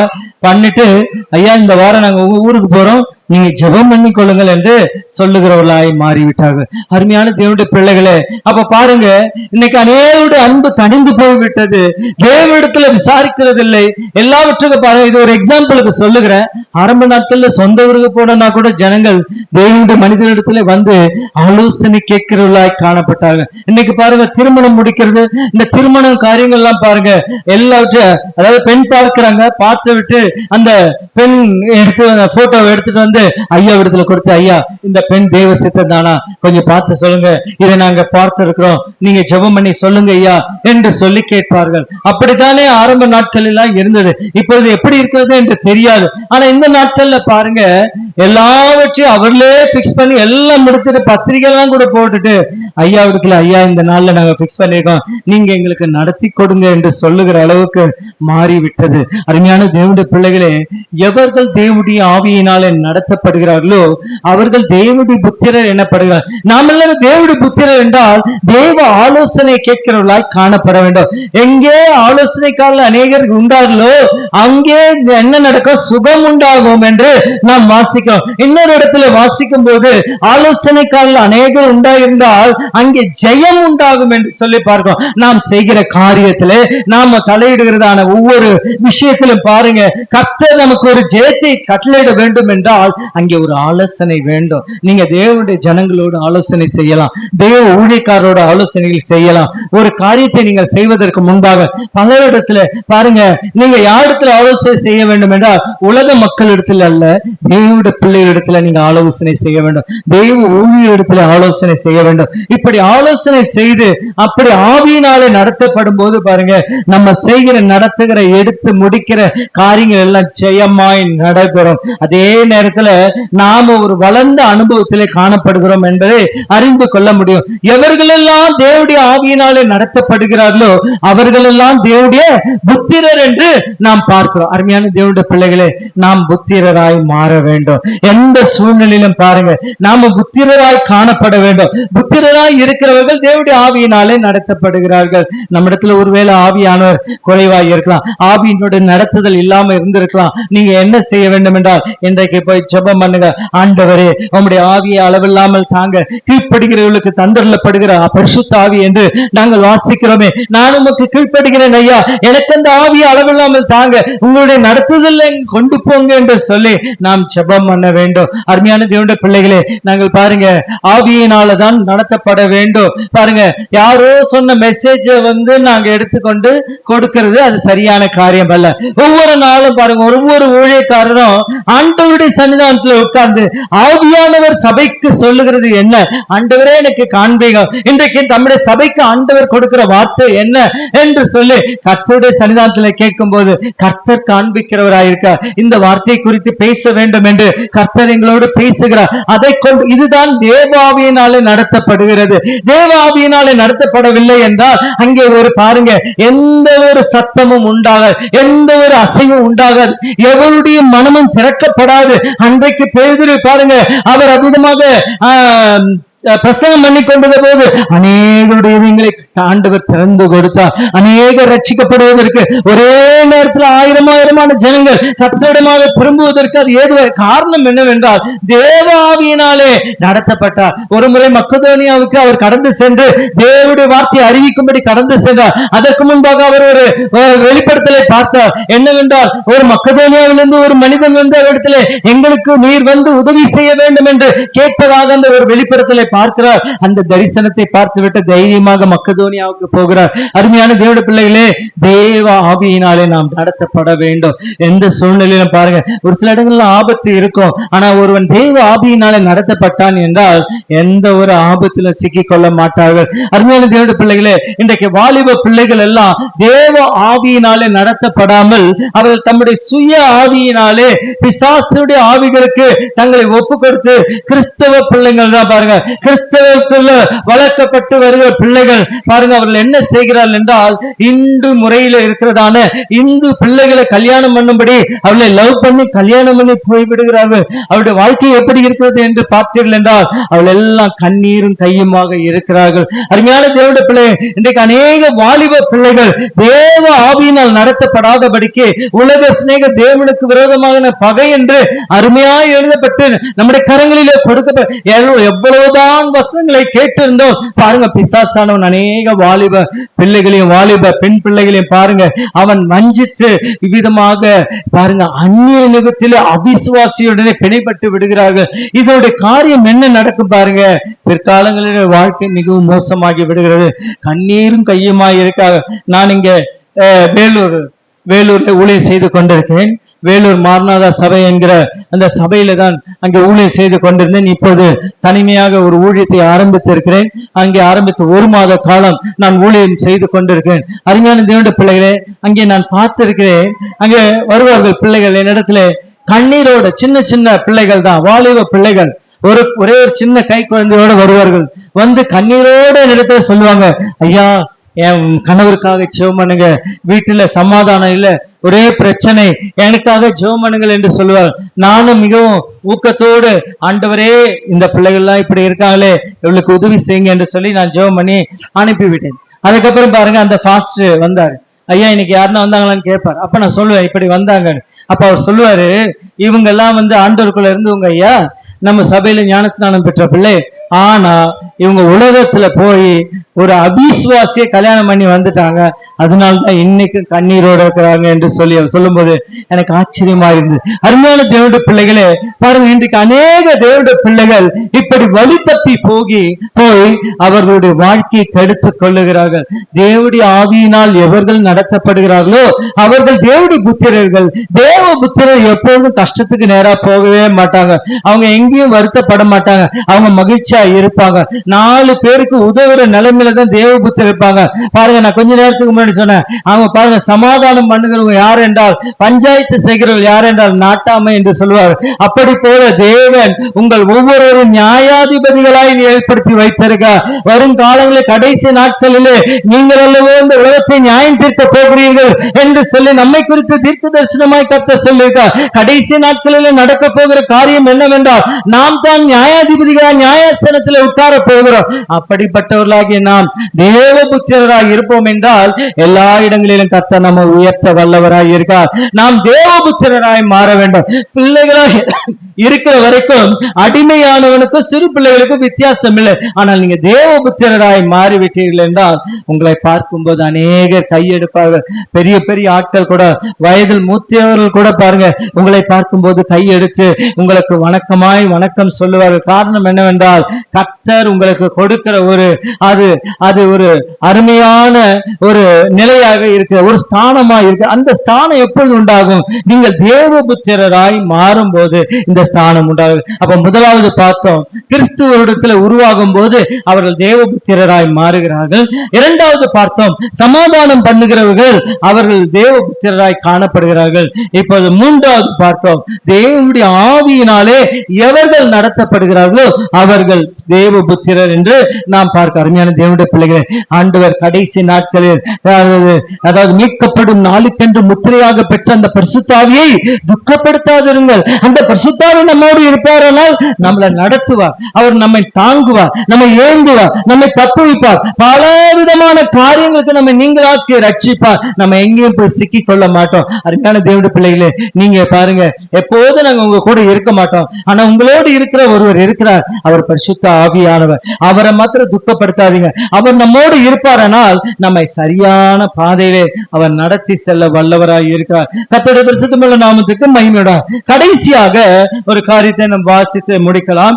தானியேல் தீர்க்கதரிசன புஸ்தகம் 3ஆம் அதிகாரம் 25ஆம் வசனத்தை நாம் வாசிக்கலாம். தானியேல் தீர்க்கதரிசன புஸ்தகம் 3ஆம் அதிகாரம் 25ஆம் வசனத்தை நாம் வாசிக்கலாம்.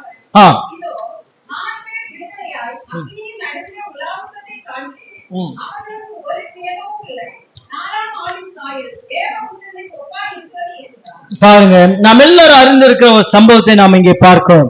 சாத்ராக், மேஷாக், ஆபேத் நேகோ என்பவர்கள் பாருங்க, அவங்க தேவனுக்காக மிகவும் வைராக்கியமாய் நின்றவர்கள். அந்த வைராக்கியமாய் நின்ற அந்த தேவ பிள்ளைகளை அந்த ராஜாங்கத்தில் இருந்ததான சிலர் சூழ்ச்சி செய்து இவர்களை உள்ளே கொண்டு வந்து இவர்களுக்கு தண்டனை வாங்கி கொடுக்க வேண்டும், இவர்களை எப்படியாவது ஒழித்து விட வேண்டும் என்று சதி செய்து பாருங்க, அங்கே ஒரு பொற்சிலை நிலைநாட்டும்படி செய்கிறார்கள். இப்படி இது ஒரு 3 நாட்கள் வரைக்கும் இந்த பொற்சிலையை தவிர, ராஜாவை தவிர வேற ஒருவரையும் எந்த தெய்வத்தையும் வணங்கக்கூடாது என்று ஒரு கட்டளை எல்லாம் போடுறாங்க, என்னென்னமோ செய்கிறாங்க. பாருங்க, அந்த நாள்ல பாருங்க, அந்த பொற்சிலை வணங்கும்படியாக சாத்ராக், மேஷாக், ஆபேத் நேகோ என்பவர்களை நேபுகாத்நேச்சார் அப்படி அவளை அடிபணியை செய்யும்படி அவள் எல்லாரையும் அங்கே கொண்டு வந்த போது அவங்க சொல்றாங்க, பாருங்க எத்தனை தைரியமான வார்த்தை, எவர்கள் ஆவியினாலே நடத்தப்படுகிறார்களோ அவர்கள் தேவபுத்திரர்கள். இவெல்லாம் பாருங்க எப்படி மாறிவிட்டார்கள் பாருங்க. அந்த நேரத்துல ராஜா கிட்ட சொல்றாங்க, ராஜாவாகிய உமக்கு நாங்கள் உத்தரவு சொல்வதற்கு அவசியம் இல்லை என்று சொல்லி அவர்கள் சொல்ல, அவருக்கு உத்தரவு சொல்ல வேண்டிய அவசியமே இல்லை. நாங்கள் ஆராதிக்கிற தேவன் உண்மையுள்ள தேவன், ஜீவனுள்ள தேவன், அவர் ஒருவரை தவிர வேறொருவரை நாங்கள் ஆராதிக்க மாட்டோம். அவர் எங்களை விடுவித்தாலும் விடுவிக்காமற் போனாலும், அந்த வார்த்தையை பாருங்க, அவர் எங்களை விடுவித்தாலும் விடுவிக்காமற் போனாலும் நாங்கள் அவர் ஒருவருக்கே ஆராதனை செய்வோம் என்று சொல்லி அவள் சொல்லுகிறார். கடைசியிலே நடந்தது என்ன? அந்த 3 பேரையும் கட்டி அந்த எரிகிற அக்கினி சூளையிலே, அது பாருங்க, முதலாவது சாதாரணமான சூளை இருந்தது, ஆனாலும் கடும் கோபம் கொண்டு பாருங்க அந்த ராஜா நேபுகாத்நேச்சார் சொல்லுகிறார், 7 மடங்காய் அந்த அக்கினி சூளையை மாற்று என்று சொன்ன போது அவள் அப்படியே மாற்றுகிறார்கள். 7 மடங்கு மாற்றி இவளை கட்டி கொண்டு போய் போட்டவர்கள் கூட மறுத்து போய் விடுகிறார்கள். ஆனால் இவர்களோ அக்கினியின் நடுவிலே விடுதலையோடு ஆராதித்துக் கொண்டிருந்தார்கள், விடுதலையோடு நடந்து கொண்டிருந்தார்கள். ஏன்? காரணம் என்னவென்றால் அங்கே யார் இருந்தார் என்றால் அவரோடு கூட ஒரு தேவபுத்திரர், ஹல்லேலூயா, ஒரு தேவபுத்திரர் இருப்பார் என்றால் அக்கினியின் நடுவில் இருக்கிறவர்களே மீட்டெடுக்கும்படி உங்களை என்னையும் பாருங்க ஆண்டவர் தேவபுத்திரராய் மாற்றும்படி இந்த நாளிலும் கர்த்தர் உங்களோடு பேசிக் கொண்டிருக்கிறார். ஏன் தேவபுத்திரராய் மாற வேண்டும்? இந்த உலகமானது அக்கினிக்கு நேராக வைக்கப்பட்டிருக்கிறது. ஒரு நாள் இந்த உலகம் அழிய போகிறது, அக்கினியினால் அழிய போகிறது. அநேக ஆத்துமாக்கள் பாருங்க பாவத்திலும் சாபத்திலும் உழன்று கிடந்து இருக்கிறார்கள். அவர்கள் எல்லாம் கர்த்தர் வரும் நாளிலே அல்ல எங்கே போவார்கள் என்றால், அதாவது அக்கினியின் கந்தகம் எரிகிற நரக அக்கினிக்கு நேராய் கடந்து செல்ல போகிறார்கள். அவர்களை நாம் மீட்க வேண்டும் என்றால் அன்றைக்கு சாத்ராக், மேஷாக், ஆபேத் நேகோ என்பவர்களை மீட்கும்படியாக தேவபுத்திரர் அவர்கள் நடுவில் சென்று அவர்களை மீட்டார் என்றால் நீங்களும் நானும் தேவபுத்திரராய் மாறி இந்த உலகத்தில் அநேகர் அக்கினிக்கு நேராய் சென்று கொண்டிருக்கிறவர்களை நாம் பிடித்து இழுத்து அவர்களை தேவனுடைய ராஜ்யத்துக்கு நேராய் நடத்தும்படியாய் தேவபுத்திரராய் மாறும்படி கர்த்தர் இந்த நாளிலே பேசுகிறார். ஹல்லேலூயா. நாம் எல்லாரும் தேவபுத்திரராய் மாற வேண்டும். தேவபுத்திரராய் மாறிவிட்டோம் என்றால் இன்றைக்கு அநேகரை நாம் தேவனுக்கு நேராய் நடத்தி விடுவோம். அநேகர் அக்கினிக்கு நேராய் போய் கொண்டிருக்கிறார்கள். அந்த நரக அக்கினிக்கு நேராய் போய் கொண்டிருக்கிறார். அவளை யார் விடுதலை செய்ய முடியும்? சாத்ராக், மேஷாக், ஆபேத்நேகோ என்பவரை விடுதலை செய்யும்படி ஒரு தேவபுத்திரர் அங்கே வந்தார் என்றால் இன்றைக்கு உங்களை என்னைய தேவபுத்திரராய் கர்த்தர் நிறுத்தும்படி பிரயாசப்படுகிறார் என்றால் காரணம் என்ன? உன்னோடு இருக்கிற உன்னுடைய இனஜன பந்துக்களை, உன் வீட்டில் இருக்கிற உன் தகப்பனை, உன் வீட்டில் இருக்கிற உன் தாயாரை, உன் வீட்டில் இருக்கிற உனக்கு அருமையான அதாவது புருஷனை, இல்லைன்றால் உனக்கு அருமையான மனைவியை ரட்சிக்கும்படி தேவபுத்திரராய் கர்த்தர் உங்களை பார்க்கிறார். நீங்கள் அந்த அக்கினியிலிருந்து அவர்கள் எங்கே போக போகிறார்? இன்றைக்கு கர்த்தருடைய வருகை இருக்குமானா நீங்களும் நானும் பரலோக ராஜ்யத்துக்கு போய்விடுவோம். ஆனால் நம்மோடு இருக்கிறவர்கள் அந்த பரலோக ராஜ்யம் வருவார்களா? அவள் எல்லாரும் ரட்சிக்கப்பட்டார்களா? அவளை அக்கினியிலிருந்து நாம் விடுதலையாக்க வேண்டுமே. அதற்காக தான் கர்த்தர் சொன்னார், நீங்கள் தேவபுத்திரராய் மாற வேண்டும். ஹல்லேலூயா. எவர் ஒருவர் தேவபுத்திரராய் மாறுகிறாரோ அவர்கள் தேவனுடைய பிள்ளைகளை எல்லாரையும் அக்கினியிலிருந்து எடுத்து அவளை தமக்குரியவர்களாய் மாற்றி அங்கே பரலோக ராஜ்யத்துக்களே கொண்டு போய் சேர்க்கிறவர்களாய் இருக்கிறார்கள். அன்றைக்கு பாருங்க, ராஜா பார்க்கிறான், ஏதோ ஒரு 4ஆம் ஆளின் சாயல் தேவபுத்திரரின் சாயலை போல இருக்கிறதே என்று சொல்லி அந்த ராஜா பார்த்தார். அப்ப பாருங்க, இந்த உலகம் பார்க்க வேண்டும். நம்மை பார்க்கும் போது இதை ஒரு தேவபுத்திரர் சாயல் தெரிகிறதே, இது கடவுளுடைய சாயலை போல இருக்கிறது என்று சொல்லி சொல்லும்படியாக நம்முடைய சாயல் மாற வேண்டும். அப்படி ஒரு வளர்ச்சி உண்டாகுமானால் நாம் அநேகரை தேவனுக்கு நேராய் நடத்துவதற்கு அது ஏதுவாய் இருக்கும். யூதாவின் புஸ்தகத்துல 22ஆம் வசனத்தை நீங்க வாசிங்க. அங்க யூதா அருமையா எழுதி இருக்கிற வாசிக்கலாம். யூதா 22 வாசிங்க.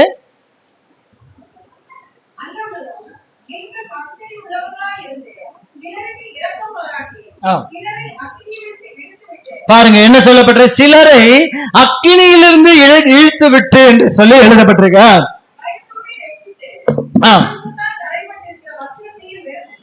பாருங்க என்ன அருமையாய் சொல்லப்படுது. அப்போ ஒரு ரட்சிப்புக்கேற்ற கிரியை நடப்பிக்கும்படி யூதா எத்தனை அருமையா எழுதி வைத்திருக்கார். கர்த்தருடைய பரிசுத்தமுள்ள நாமத்தை ஒரே ஒரு வசனம் தான், ஒரே ஒரு அதிகாரம் தான். அந்த அதிகாரத்துல எத்தனை அருமையான வார்த்தைகள் உண்டு. அந்த யூதா சொல்லும் போது சிலரை அக்கினியிலிருந்து இழுத்து விட்டு, எல்லாரையும் இல்ல, ஒரு சிலரை நாம வசிக்கிற இடத்துல நம்முடைய எதிர் வீட்டுக்காரங்களை, பக்கத்து வீட்டுக்காரங்களை, நாம வேலை ஸ்தலத்துல இருக்கிறதான நமக்கு அருகாமையில உட்கார்ந்து வேலை செய்து கொண்டிருக்க நமக்கு அருகாமையில் இருக்க நம்முடைய கலிக அவரை நாம ஆண்டவருக்கு நேராக நடத்த வேண்டும். பாருங்க, நாம கடைக்கு போகும்போது ஒரு சிலரை பார்த்து பேசுவோம். இல்லை என்றால் நாம வழக்கமாய் செல்கிற ஒரு ஷாப்பிங் மாலோ எங்கேயோ ஒரு இடத்துல பார்த்து அந்த அம்மா கிட்ட பேசும்போது, அந்த ஐயா இடத்துல பேசும்போது நம்மால முடிந்த ஒரு டாக்ஸ் கையில வைத்துக் கொண்டு அவரிடத்துல கொடுத்து விட்டு வருவோமானால் தேவனுடைய வார்த்தை அவரிடத்துல கிரியை செய்யும். அவர்கள் தேவனுடைய நாமத்தை அறிந்து கொள்வதற்கு அது ஏதுவாக இருக்கும். இன்றைக்கு தேவபுத்திரர்களாய் மாறினவர்கள் எப்போதும் தங்களுடைய கைகளிலே டாக்ஸ் வைத்துக் கொண்டிருக்க வேண்டியது அவசியமா இருக்கு. நாம தேவபுத்திரர் என்றால் நாம எப்போதும் டாக்ஸ் வைத்துக் கொண்டிருக்கணும். எல்லா இடத்துலும் நம்ம பேசுவதற்கு வாய்ப்பே இருக்காது. ஆனா ஒன்று செய்யலாம், நாம புறப்பட்டு வரும்போது டக்குன்னு ஒரு டாக்ஸ் எடுத்து, டைம் இருந்தா இதை படிங்க பிரதர், ஏசு உங்களை நேசிக்கிறார், சிஸ்டர் டைம் இருந்தா படிங்க, ஏசு உங்களை நேசிக்கிறார் என்று சொல்லி நாம் கொடுத்து விட்டு வந்து விட்டோமானால் அந்த டாக்ஸ் அவரிடத்துல பேசும். அங்கே இருக்கிறது ஜீவனுள்ள தேவனுடைய வார்த்தை. அந்த வார்த்தைக்கு வல்லமை உண்டு. அந்த வார்த்தை ஒரு மனிதனுடைய வாழ்க்கையை மாற்றும். அந்த ஒரு வார்த்தை ஒரு மனிதனுடைய வாழ்க்கையில வரும்போது அவருடைய கஷ்டங்கள் மாறும், அவருடைய கவலைகள் மாறும், அவருடைய கண்ணீர் துடைக்கப்பட்டோம், அவன் தேவனுடைய ராஜ்யத்துக்குரியவனாய் மாறுவதற்கு அந்த வார்த்தை வல்லமை உள்ளதாய் இருக்கிறது. இன்றைக்கு அந்த வார்த்தை உங்களுக்கு எனக்கு வந்தபடினாலே இன்றைக்கு நாம் தேவனுடைய சன்னிதானத்தில் நிற்கிறவர்களாய் காணப்படுகிறோம். ஆனால் அநேகர் இன்னும் இந்த இடத்துக்கு வரவில்லையே, அவர்கள் எல்லாம் வர வேண்டும் என்றால் நாம் தேவனுடைய புத்திரராய் மாற வேண்டும். தேவனுடைய புத்திரராய் மாறுகிறவர்கள் அக்கினிக்கு நேராய் கடந்து செல்கிறவர்களை இழுத்து தேவனுடைய சன்னிதானத்திலே கொண்டு வந்து சேர்த்து விடுகிறவர்களாய் இருக்கிறார்கள். அருமையான தேவனுடைய பிள்ளைகளே, நாங்கள் அந்த கிராமத்துல தான் இருக்கிறோம். வேலூர் பகுதியில அடுக்கும்பாறை என்கிற கிராமத்துல நானும் என் துணைவியும் எங்கேயாச்சும் அதாவது தினமும் ஊழியம் இருக்குது. திங்கட்கிழமையான ஓட்டேரி பகுதியில் ஊழியத்துக்கு போவோம். செவ்வாய்க்கிழமையானால் எம்ஜிஆர் நகர் பகுதியிலே ஊழியத்துக்கு செல்வோம். புதன்கிழமை பைபிள் ஸ்டடி உண்டு. வியாழக்கிழமை புத்தூர் ஊசூர் கிராமங்களுக்கு சென்று அங்கே ஊழியம் செய்வோம். அதுக்கப்புறம் வெள்ளிக்கிழமை விருப்பாட்சிபுரத்திலே ஊழியம் செய்வோம். அடுக்கும்பாறையில ஊழியம் செய்வோம். இன்னும் பாருங்க, மூஞ்சில் பட்டு என்று சொல்லப்பட்டிருக்க அந்த கிராமத்துக்கு போய் ஊழியம் செய்வோம். சனிக்கிழமை உபவாச ஆராதனை உண்டு. ஞாயிற்றுக்கிழமை காலையிலும் மாலையிலும் பரிசுத்த ஆராதனை. 2வது ஞாயிற்றுக்கிழமை வாலிபர் கூட்டம் நடத்துகிறோம். 3வது ஞாயிற்றுக்கிழமை பெண்கள் ஐக்கிய ஆராதனை நடத்துகிறோம். 4வது ஞாயிற்றுக்கிழமை மூப்பர்கள் குழு நடத்தப்படுகிறது. பாருங்க, இவைகள் எல்லாம் முன்னின்று கர்த்தருடைய கிருபையினால நான் இவைகள் எல்லாவற்றையும் இந்த ஊழியங்கள் எல்லாம் அங்க செய்து கொண்டிருக்கிறேன். நான் இங்க வேலையில இருக்கும் பொழுது பாருங்க, ஞாயிற்றுக்கிழமை அங்க ஊர பக்கம் போயிட்டு ஆராதனை செய்து விட்டு வருவேன். மறுபடியும் சனிக்கிழமை உபவாச ஆராதனை போவேன். ஆனா வியாழக்கிழமை இந்த இடைநாள் கூட்டத்துக்கு போய்விட்டு வருவேன். கூடுமான வரைக்கும் ஒவ்வொரு மாதத்திலும் ஒரு வெள்ளிக்கிழமையில 2 வெள்ளிக்கிழமை பர்மிஷன் எடுத்து ஹவுஸ் விசிட்டிங் செய்து விட்டு வருவேன். இதுதான் இங்க இருந்த நாட்கள்ல ஊழியம். ஆனால் நான் அங்கே போன பிறகு தினமும் ஊழியத்தை செய்யும்படி கர்த்தர் எனக்கு உதவி செய்திருக்கா. நாங்க இங்க இப்ப கூட என் பேக்ல பாத்தீங்கன்னா டிராக்ஸ் இருக்கும். அந்த டிராக்ஸ் வைத்து கொண்டே இருப்போம். எங்கன்னா பைக்கை போட்டு நின்று இருப்பேன். யாராவது ஒரு பிரதர் வராரா, யாராவது ஒரு சிஸ்டர் வராங்களா, யாராவது ஒரு சின்ன பிள்ளை காலேஜ் படிக்கிற பிள்ளை வந்தாலும் உடனே அதுல இருந்து எடுத்தேமா, இயேசு உன்னை நேசிக்கிறார் ஐயா, இயேசு உங்களை நேசிக்கிறார்னு கொடுத்து விடுவோம். பாருங்க, இப்படி கொடுக்கப்பட்டு பாருங்க, கடந்த ஆண்டுல மாத்திரம் 2000 டிராக்ஸ்களை கொடுக்க கர்த்தர் உதவி செய்தார். அப்ப பாருங்க, இந்த ஆண்டு நாங்க ஆரம்பிச்சு இப்ப கொஞ்சம் தான் கொடுக்க ஆரம்பித்திருக்கோம். டிராக்ஸ் அதுக்குள்ள முடிந்து விட்டது. நாங்கள் கேட்டு அவ்விதமாக அந்த டிராக்ஸுக்கு ஏற்பாடு பண்ணி. ஏன் சொல்லுகிறேன் என்றால், ஆண்டவருக்கு நம்மால் இயன்றதை ஏதாவது செய்யணும். ஆண்டவர் நம்ம தேவபுத்திரராய் மாற்றி யான் பெற்ற இன்பம் பெருக வையுகம் என்று சொல்ல. அப்ப நாம பெற்றதுதான் இவ்வளவு பெரிதான ரட்சிப்பை குறித்து நாம கவலையற்று இருப்போமானால் தண்டனைக்கு எப்படி தப்பித்துக் கொள்ளும்? எப்படியாவது கர்த்தருடைய நாமம் மகிமைப்பட வேண்டும். எங்கேயாச்சும் போய் கர்த்தருடைய நாமத்தை நாம் சொல்லிவிட வேண்டும். பாருங்க, என்னுடைய துணைவியை நான் அழைத்து கொண்டு போகிறேன். நேற்று தினத்துல பாருங்க, சாஸ்திரி நகர் என்னோட ஊழியத்தை நான் முதல்ல தொடங்குறது எங்கன்னா ஒரு ஊசூர் என்கிற பகுதி, புத்தூர் என்ற இடத்துலதான் ஊழியத்துக்காக போனோம். அங்க போன அந்த ஜனங்கள் எங்களை ஏற்றுக்கொள்ளவே இல்லை. அவங்க வேண்டாம் என்று சொல்லிவிட்டார்கள். நாங்கள் என்ன செய்ய வருத்தத்தோடு வந்து விட்டோம். நாங்க முதல்ல அந்த 2022 போனோம். அந்த டைம்ல அங்கதான் போய் ஊழியத்தை ஸ்டார்ட் பண்ணலான்ட்டு நாங்க போனோம். ஆனா அவங்க ஏற்றுக்கொள்ளவே இல்லை. நாங்கள் திரும்பி வந்து விட்டோம். அதுக்கப்புறம் நாங்க போவோம், ஊழியம் செய்வோம். ஆனா அந்த ஊழியம் நமக்கு இல்லைன்று தெரிந்து விட்டது. பாருங்க, அடுத்தபடியாக கண்ணமங்கலம் என்கிற ஒரு இடத்துக்கு, அந்த இடத்துல ஊழியம் செய்வதற்கு போனோம். அதுல பாத்தீங்கன்னா அத்திமலைப்பட்டு, ஒண்ணுபுரம், இதெல்லாம் பாத்தீங்கன்னா பெரிய பெரிய கோடீஸ்வரர்கள் இருக்கிற ஊர். அதுல பாத்தீங்கன்னா சொந்தமா தறி வைத்து வியாபாரம் பண்ணுகிறவர்கள். புடவை தறிப்பாங்க, தறி நெய்வாங்க, எல்லாம் பட்டு புடவைகள். ஒவ்வொரு வீட்லயும் பாத்தீங்கன்னா தறி மிஷின் இருக்கும். அப்படிப்பட்ட நல்ல பணக்கார குடும்பம் இருக்கிற குடும்பங்கள் வசிக்கிற இடம் என்னவென்றால் ஒண்ணுபுரம் என்று சொல்லப்படுகிற இடம்.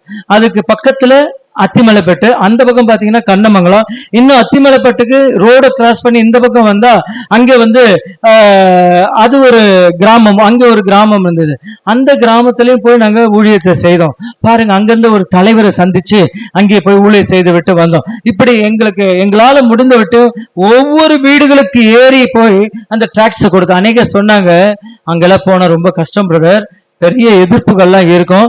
எல்லாரும் இந்த என்ன சொல்வது, இந்த ஐயங்காருன்னு வாங்க, அப்படி முதலியார் இவங்க எல்லாம் அங்க இருக்கிறாங்க. வேட்டியெல்லாம் இந்த பஞ்சகஸ்ர வேட்டி கட்டிக்கிட்டு பூநூல் போட்டுட்டு இருக்கிற ஆட்கள். அப்ப அந்த பகுதி, நீங்க ஒரு தெருவுக்கு போனாலும் ஒரு கோயில் இருக்கும், அடுத்த தெரு திரும்ப இன்னொரு கோயில் இருக்கும். அப்படிப்பட்ட ஒரு ஏரியா. அந்த இடத்துல ஜெபம் பண்ணி விட்டு நாங்கெல்லாம் போகணும். பாருங்க, போயிட்டு அங்க ஒவ்வொருவரையும் பார்த்து, ஐயா இயேசு உங்களை நேசிக்கிறான் போது அவங்க அந்த திண்ணை இருக்கும். அந்த காலத்து நீங்க கிராமத்துல பார்த்திருப்பீங்க, கிராமம் எல்லாம் திண்ணை வைத்திருக்கோம். அந்த திண்ணையில உட்கார்ந்துட்டு இருப்பாங்க பெரியவங்களாம். அந்த பெரியவங்க நாங்க போய் கொடுக்கும் போது எழுந்து நின்று வணங்கி அந்த டிராக்ஸ் வாங்க. எங்களுக்கு ஆச்சரியமா இருந்தது. அருமையான தேவனுடைய பிள்ளைகளே, இன்னைக்கு நிறைய பேர் சொல்றாங்க, அது முடியாது, இது முடியாது, இன்னைக்கு ஊழியம் செய்யறதே கஷ்டம் அப்படின்னு சொல்லியிருந்தா, அந்த நாட்கள்ல சாத்ராக் மேஷாக் ஆபேத்நேகோ ஆண்டவருக்காக நின்றாங்களே, அவங்க தோத்து போனாங்களா? ஜெயம் பெற்றவர்களாய் வந்தார்களே, தானியேலை செங்கேபில போட்டாங்களே, அந்த நாட்களும் பயங்கரமாய் தான் இங்க இருந்தது. நம்ம எல்லாம் அப்படியே கொண்டு போய் போடுறாங்க.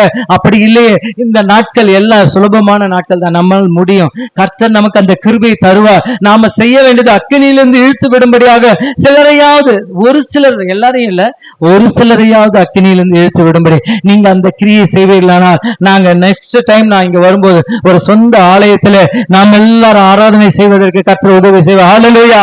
நாம செய்ய வேண்டியது என்னவென்றால், ஆத்துமாக்களை பாருங்க, இந்த இடம் நிறைந்து உட்கார்றதுக்கு இடம் இல்லைன்னு ஆண்டவர் என்ன பண்ணுவாரு, ஒரு புதிய இடத்தை கொடுப்பார். நீ முதல்ல இதையே ஃபில் பண்ணல, நீ என்னத்துக்கு புதிய இடம் கேட்கறன்னு கேட்பார் நம்ம ஐயாவை பார்த்து.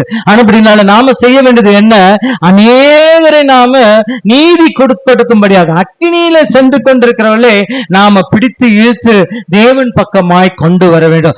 அந்த வேலையை செய்ய வேண்டும். பாருங்க, நேற்றைக்கு தினத்துல கூட கடைசியா பாருங்க, இந்த 3 இடத்துல நான் முதல்ல ஊசூர் போனேன், அதுக்கப்புறம் அந்த அத்திமலைப்பட்டு போனேன். அங்க பாருங்க, அங்க ஒரு சகோதரர் இருந்தாரு.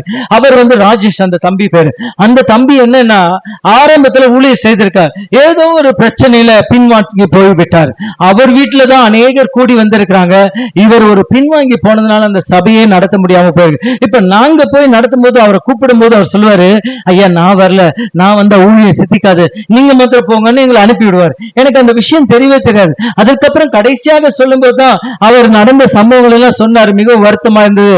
பாருங்க, அநேக ஊழியக்காரர்களை அவன் சாத்தான் எவ்வளவு அழகாய், அதாவது ஸ்கெட்சி போட்டு அதாவது அவர்களை வீழ்த்தும்படியாக சாத்தான் பயங்கரமாய் பிரயாசப்படுது. ஆனா ஊழியக்காரர்களாகிய நாம மிகவும் ஜாக்கிரதையா இருக்க வேண்டும், ஜெபிக்க வேண்டும், அதிகமாய் ஜெபிக்க வேண்டும். இந்த நாட்கள்ல பாருங்க, வசனம் என்ன சொல்லுகிறது, வலு சர்ப்பமானது நட்சத்திரத்தில் 1/3 பங்கை தாழ தள்ளினது.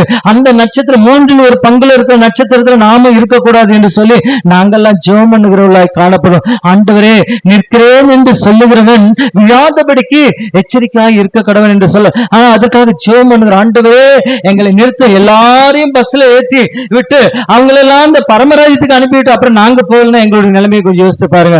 நாங்க ஒவ்வொரு நாளும் அப்படி ஜெபம் பண்றது, ஆண்டவரே அவளை எல்லாரையும் அனுப்பிவிட்டு நாங்கள் அந்த இடத்துக்கு வந்து சேரணும். பாருங்க, மோசேயை பற்றி நாம் அறிந்திருக்க எத்தனை ஒரு அருமையான தாசர், ஆண்டவர்களோட முகமுகமாய் பேசினவர், கானான் தேசத்துக்கு எல்லாரையும் வழி நடத்தி கொண்டு வந்த அந்த தாசன் அந்த தேசத்துக்கு போக முடியாமல் போய்விட்டது. அருமையான தேவனுடைய பிள்ளைகளே, அப்படி போல தேவனுடைய பிள்ளைகளாகிய நாமும் கூட ஒவ்வொருவரும் ஊழியக்காரர்கள், தேவனுக்கு ஊழியர்கள் அநேகரை நீங்க ஆண்டவருக்குள்ள நடத்துவீங்க. கடைசியில நீங்க போக முடியாமல் போய்விட்ட எத்தனை கஷ்டம். ஆனால் நீங்க தேவ புத்திரராய் நிற்க வேண்டும், தேவ ஆவியினால நடத்தப்பட வேண்டும். அப்படி நடத்தப்படும் போது பாருங்க, நாம இந்த உலகத்துல ஏற்படுவதான எல்லா தீமைக்கும் கர்த்தர் நம்ம விலக்கி பாதுகாக்கிறவராய் இருப்பார். அப்ப பாருங்க, அப்ப 2வது அந்த தம்பி எங்களுக்கு உதவி செய்யவே இல்லை. அப்ப 8 குடும்பங்கள் சந்திக்கப்பட்டது. அப்ப நான் அந்த தம்பி கிட்ட சொன்னேன், நீ உங்க வீட்டுல ஏற்பாடு பண்ணப்பா, நம்ம இங்க ஆராதனை ஸ்டார்ட் பண்ணலாம்னா அந்த தம்பி ஒத்துக்கவே இல்லை. ஐயா இங்க வேண்டாம், இங்க வேண்டாம், இங்க வேண்டாம். ஆனா அங்க போயிட்டு நம்ம இடம்லாம் பார்த்தா அதுவும் சூட் ஆகல. அப்ப ஆண்டவர் எனக்கு ஒரு குறிப்பிட்ட டைம்ல அது ஆதியில ஏவுதல், அங்கே போக வேண்டாம் என்பது போல ஆகிவிட்டது. நான் அதை ஸ்டாப் பண்ணிவிட்டேன். பாருங்க, அடுத்தபடியாக நாங்க ஜெபம் பண்ணிக்கிட்டே இருந்த, ஆண்டவரே என்னால முடிந்த வரைக்கும், நான் என்னால் இயன்ற மட்டும் அந்த 4 கிராமங்களை சந்திச்சு ஊழியம் செய்துட்டேன். ஆனா அங்க இப்படி ஆகிவிட்டது, நீ என்ன திட்டம் வைத்திருக்கிறீர் என்று ஜெபம் பண்ணி கொண்டேன். அப்போ ஒரு நாள் பாருங்க, சாஸ்திரி நகர்ல ஊழியம் செய்ய வேண்டும் என்று கர்த்தர் எங்களுக்கு ஏவுதல் கொடுத்தார். நாங்க உடனே போய் சாஸ்திரி நகர்ல ஆரம்பித்தோம். பாருங்க, அது கிட்டத்தட்ட ஒரு 5 மாசமாக 6 மாதம் இருக்கும். இப்ப 6 மாதமாக அங்க நடந்து கொண்டிருக்கிறது. அந்த இடத்துல நாங்க போகும்போது அந்த குடும்பம், சபைக்கு வருகிற ஒரு குடும்பமும் நாங்களும் தான் போய் ஆராதனை செய்தோம். சின்ன சின்ன பிள்ளைகள்லாம் வருவாங்க. பாருங்க, நாளுக்கு நாள் பெருக ஆரம்பித்தது. பக்கத்து வீட்டுல, அதாவது இந்த அம்மா நாங்க நடத்துற வீட்டுல இருந்து ஒரு 3வது வீட்டுல சிஸ்டர் கௌசல்யான்றவங்க அவங்க வந்தாங்க. அவங்க வந்தோடனே அவங்க பக்கத்துல இருக்க அம்பிகா சிஸ்டர் என்று ஒருத்தர் வந்தாங்க. அதுக்கப்புறம் பாத்தீங்கன்னா ஒருத்தர் தமிழ்ச்செல்வி அந்த பிள்ளை வந்தது. அப்படியே நாளுக்கு நாள் வர ஆரம்பித்த ஒரு 8 குடும்பங்கள் இங்கேயே வர ஆரம்பித்து விட்டது. அருமையான தேவனுடைய பிள்ளைல அப்புறம் ஹவுஸ் விசிட்டிங் போட்டேன். ஹவுஸ் விசிட்டிங் பண்ணும்போது பாருங்க, அந்த கௌசல்யாவுடைய அவங்களுடைய கணவர் அவங்க, நானும் வரேன் ஐயா என்று சொல்லி அவர் வர ஆரம்பித்தார். அருமையான தேவனுடைய பிள்ளைகளே, அப்ப பாருங்க, ஈசாக்கு 3 இடத்துல அவர் துறவை தோண்டினார். முதலாவது கித்னா, அப்புறம் ஏசேக்கு, 2த்துல என்ன பண்ணாங்க, வாக்குவாதம் உண்டாகி எல்லாத்தையும் தூர்த்து போட்டாங்க. அவரை விட்டுட்டு வந்துட்டார். அவர் சும்மா இருந்தாரா? 3வது ஒரு இடத்துல போய் அங்கே ரெகோபோத் என்று பெயர் வைத்தார். ஏனென்றால் அங்கே யாரும் வாக்குவாதம் பண்ணவில்லை. அந்த இடத்துல ஒரு நீரூற்றை கண்டு. அப்படி போல பாருங்க, நம்முடைய வாழ்க்கையில எதுவுமே பாருங்க, 1-2 பிரச்சனையா முடிந்தாலும் 3வது வெற்றியாய் முடியும். ஹல்லேலூயா. இன்றைக்கு அந்த பகுதியில தான் நான் ஊழியம் செய்து கொண்டிருக்கேன். அந்த சாஸ்திரி நகர்ல ஊழியம் செய்து கொண்டிருக்கிறேன். அந்த ஊழியம் பாருங்க கர்த்தர் ஆசீர்வதித்து கொண்டு வர. நேற்றைய தினத்துல கூட நானும் என் துணைவியும், அதாவது நம்ம பாஸ்டர் மோசஸ், உங்களுக்கு எல்லாருக்கும் தெரியும், டிபி சத்திரத்துல ஊழியம் செய்து கொண்டிருக்க அருமையான பாஸ்டர் மோசஸ், அவருடைய தாயாருக்கு 81 வயது. நேற்றைக்கு முந்தைய தினம், அதாவது நேற்றைய தினம் அவர்கள் மரித்து விட்டார்கள். அவர் மரித்த பிறகு இங்கிருந்து அவர்கள் ஒரு 12 மணி அளவிலே அந்த சவத்தை எடுத்துக்கொண்டு அங்கே பள்ளிக்கொண்டா பகுதியிலே வந்திருந்தார்கள். நான் நேற்றைக்கு அவளை போய் சந்தித்து அவளுக்கு ஜெபம் பண்ணிவிட்டு பிற்பாடு வந்து நான் இங்கே கர்த்தருடைய அங்கே நான் திரும்ப சாஸ்திரி நகர் போக வேண்டும். அங்கே 6 மணிக்கு சாஸ்திரி நகர்ல இருக்க வேண்டும். ஆனால் 6:30 மணி ஆகிவிட்டது வீட்டுக்கு வந்து. ஆனால் நானும் என்னுடைய துணைவி அங்கே புறப்பட்டு போய் 7 மணிக்கு அந்த கூட்டத்தை நடத்தி 8 மணிக்கு முடித்து திருப்பி 8:30 மணிக்கு அங்கே இருந்து புறப்பட்டு நான் வீட்டுக்கு வந்து பிற்பாடு நான் ஆயத்தமாகி ஜெபம் பண்ணி விட்டு படுத்து காலையில் எழுந்து இங்கே புறப்பட்டு வந்தேன். நேற்று தினத்துல பாருங்க, நான் பிரசங்கலாம் ஆயத்தம் பண்ணல. ஆனா அங்க போய் உட்கார்ந்த போது அந்த இடத்துல ஆவியானவர் சொல்கிறாரு, சிஸ்டரை பேச வைக்க வேண்டும் என்று. உடனே நான் சொல்றேன், என் துணை கிட்ட இன்னைக்கு நீ மெசேஜ் கொடுத்துரு என்று சொல்லுகிறேன். அந்த அம்மா உடனே ஒரு வார்த்தையை வைத்திருக்காங்க, என்னால் இயன்ற மட்டும் என்ற வார்த்தையை பேசினாங்க. சொன்ன உடனே சரி என்று சொல்லி அவர்கள் பேச ஆரம்பித்தார். அருமையான தேவனுடைய பிள்ளைகளே, பாருங்க, எந்த இடத்திலும் நாம ஆயத்தம் உள்ளவர்களா இருக்க வேண்டும். நேற்றுக்கு எனக்கு ரொம்ப டயர்டு, அடுத்து இங்க இந்த இடத்துக்கு வர வேண்டியதுக்கு மெசேஜ் நான் ஆயத்தம் பண்ணி வச்சிருக்கேன். ஆனா அந்த இடத்துக்கு நான் ஆயத்தம் பண்ணல. அப்படி போயிட்டு அங்க பாத்தீங்கன்னா நான் இருக்கிற அடுக்கும்பாறையிலிருந்து அந்த ஊர் பேர் வந்து வெட்டுவானம், பள்ளிக்கொண்டா தாண்டி வெட்டுவானம். வெட்டுவானத்துல இருந்து உள்ளுக்குள்ள 6 கிலோமீட்டர் ஒதியத்தூர்னு வாங்க. அந்த ஒதியத்தூர்ல தான் அவருடைய வீடு இருந்தது. அங்க வரைக்கும் போயிருந்தேன். கிட்டத்தட்ட ஒரு 30 கிலோமீட்டருக்கு அதிகமா இருக்கும். அப்போ நான் பைக்ல தான் போயிட்டு வந்தேன். கொஞ்சம் டயர்டு தான், ஆனாலும் ஓடுகிறோம், பிரயாசப்படுகிற காரணம் என்னவென்றால் எப்படியாகிலும் ஆண்டவருடைய நாமம் மகிமைப்படும். நமக்கு கொடுக்கப்பட்ட கொஞ்ச காலம், இந்த கொஞ்ச காலத்தில் அநேகரை தேவன் பக்கமா இழுத்து விட வேண்டும். அதற்காக தான் நாம் பிரயாசப்பட்டு கொண்டிருக்கோம். அருமையான தேவனுடைய பிள்ளைகளே, இன்றைக்கு கர்த்தர் நம்மை தேவனுடைய புத்திரராய் மாற்றியிருப்பார் என்றால் நீங்க சும்மாவே இருக்கக்கூடாது. இயன்ற மட்டும் எல்லாருக்கும் கர்த்தருடைய சுவிசேஷத்தை அறிவிக்க வேண்டும். தேவனுடைய புத்திரர்கள் என்ன செய்வார்கள் என்றால் அநேகரை அக்கினியிலிருந்து இழுத்து தேவன் பக்கமாய் தெரிந்து கொள்ளும்படியாக அவள் கொண்டு வருகிறவர்களாய் மாறிவார். ஆனபடினாலே அருமையான தேவனுடைய பிள்ளைகளை, இன்றைக்கு கர்த்தர் கொடுத்த வார்த்தை, பிள்ளைகளாய் இருக்கிற நாம் புத்திரராய் மாற வேண்டும். ஹல்லேலூயா. நாம் எல்லாரும் புத்திரராய் மாறும்படி, புத்திரராய் மாறுகிறவர்கள் கிறிஸ்துவை உருவாகுவார். 2வது பார்த்தோம், அவர்கள் சமாதானம் பண்ணுகிறவர்களாய் இருப்பார்கள். 3வது தேவனுடைய ஆவியினாலே நடத்தப்படுவார்கள். 4வது அக்கினிக்கு நேராய் நடந்து போகிறவர்களை அவர்களை பிடித்து இழுத்து இந்த நித்திய ராஜ்யத்துக்குரியவர்களாய் மாற்றுவார்கள். அவர்கள் தேவனுடைய புத்திரர்கள். ஆனபடினாலே இப்படிப்பட்ட கிரியைகளை செய்து நாம் தேவனுடைய புத்திரராய் மாற கர்த்தர் நம்ம எல்லாருக்கும் அனுகிரகம் செய்வாராக. இந்த வார்த்தையிலும் கர்த்தர் ஆசீர்வதிப்பாராக. ஆமென். ஹல்லேலூயா, ஹல்லேலூயா, ஹல்லேலூயா. நாம் எல்லாரும் முழங்கால் படிட்டு கர்த்தரை ஸ்தோத்திரிப்போமாக. கர்த்தர் கொடுத்த நல்ல வார்த்தைக்காக